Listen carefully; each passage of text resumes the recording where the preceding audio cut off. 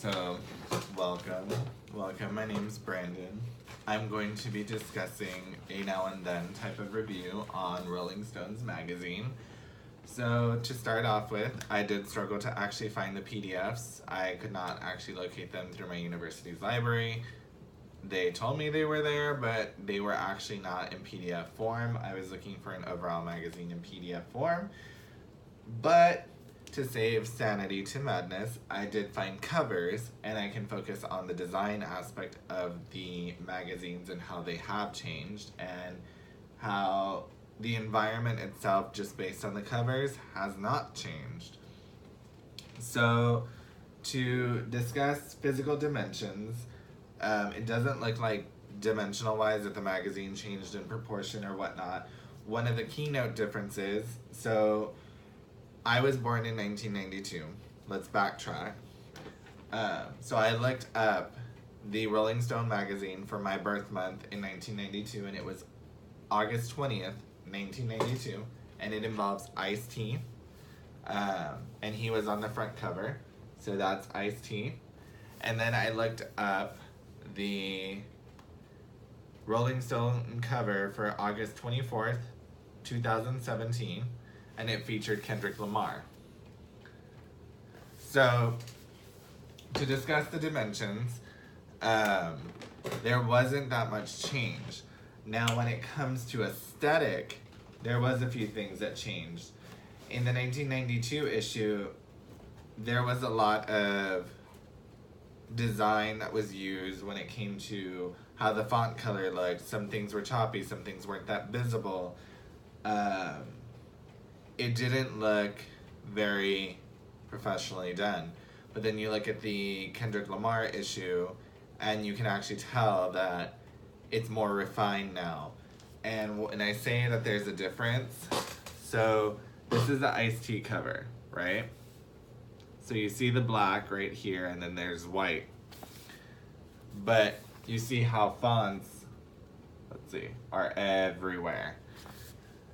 Then you look at the Kendrick Lamar issue, and it's more refined. Everything is on one side, everything is one color, and it allows you to focus more on Kendrick Lamar. Another big change is Rolling Stone's name was added with color. So it had red in it to give it a little bit more bolder oomph. I will say when it comes to those two prominent individuals on those covers, based on synopsises that I read from both do contain very, very big political messages, especially when it comes to African Americans. In the 1992 issue with Ice-T, it actually discusses police brutality, which to me does not surprise me at all that was still occurring even back then. And then the Kendrick Lamar issue brings up the Trump presidency. It brings up certain issues when it comes to Hispanics, like the hunt for El Chapo. It discusses stuff involving like Chester Bennington's suicide from last year, which to me affected me because I love Chester Bennington and I love Linkin Park.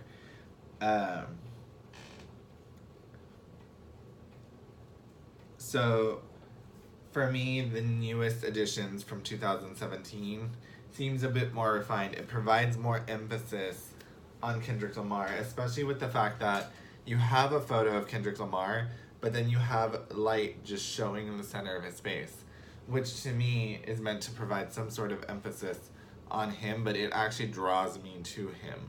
When it came to Ice-T's cover, I was drawn with the police photo, but the font all over the place kind of was distracting, and it took away from him where it shouldn't. So those were some of the things that bothered me. But when it comes to overall how Rolling Stone tackles issues, it tackles music, I don't see that it's changed much. It still keeps that sense of tone. It still keeps that sense of editorial philosophy within its atmosphere.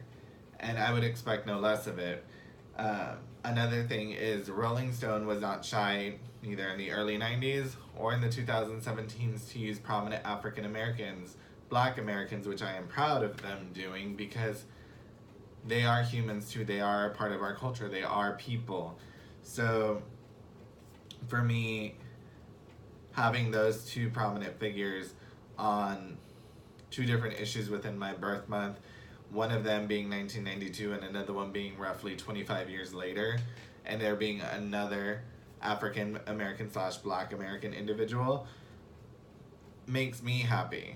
Makes me happy that my birth month